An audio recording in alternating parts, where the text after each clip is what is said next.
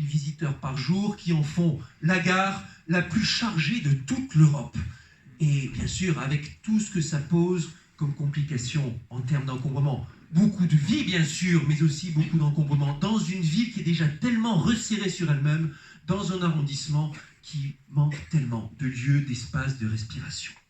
Et ça ne va pas s'arranger. On s'attend à ce que les 700 000 deviennent 900 000 d'ici 2030, à ce que ce soit de plus en plus congestionné. Le projet dont il a été question, bien sûr, la gare du Nord a besoin d'être refaite.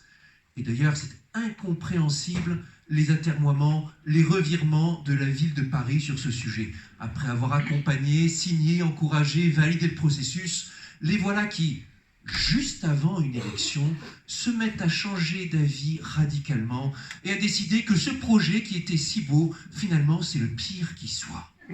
Est-ce que c'est ainsi que l'on travaille? Je ne crois pas. Il nous faut de la rigueur, il nous faut des faits, il nous faut voir les chiffres. Et les chiffres nous disent aussi, au-delà des insuffisances que tu as soulignées, les chiffres nous le disent. Si on continue avec un tel engorgement, et si ça continue, si ça va s'aggraver, ça sera de pire en pire, et nous avons le devoir d'alléger, d'éviter que ce nœud déjà le plus chargé de toute l'Europe ne devienne invivable. Pour décharger cela, il faut s'appuyer sur les réalisations existantes et déjà prévues, en bonne synergie. Au premier lieu, le Grand Paris Express. Tout projet de mobilité à Paris en Île-de-France qui ne s'appuierait pas sur la livraison du Grand Paris Express d'ici à 2030 en fonction des lignes, négligerait juste la donnée la plus importante qui soit. Et en particulier, par rapport à ce trafic, en particulier pour le trafic international qui vient du Nord, celui des Thalys, celui des Eurostars, la gare de Saint-Denis-Pleyel, qui jouera un rôle majeur, central dans les Jeux Olympiques, qui sera au croisement des lignes 14, 15, 16, 17. Le nœud central le mieux desservi de tout l'ensemble du Grand Paris. C'est bien sûr ce nœud qui est tout naturellement désigné pour aider à alléger la charge de la gare du Nord. Ce n'est pas mettre une gare, un lieu à l'autre bout du monde.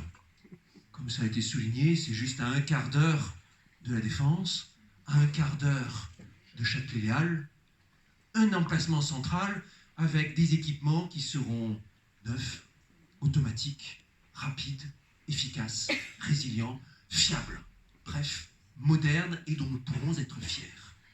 Et avancer ce projet, le mettre en avant, ce n'est pas une douce rêverie, c'est au contraire quelque chose qui est conçu, réfléchi, pour que dans le futur, je dis bien dans le futur, ça sera de toute façon pas avant 2024 quand la gare sera livrée, mais ça doit se faire dans la décennie qui vient, pour penser dès à présent comment dans le futur on rendra la vie du 10e arrondissement plus douce et la vie des voyageurs internationaux plus efficace, plus rapide.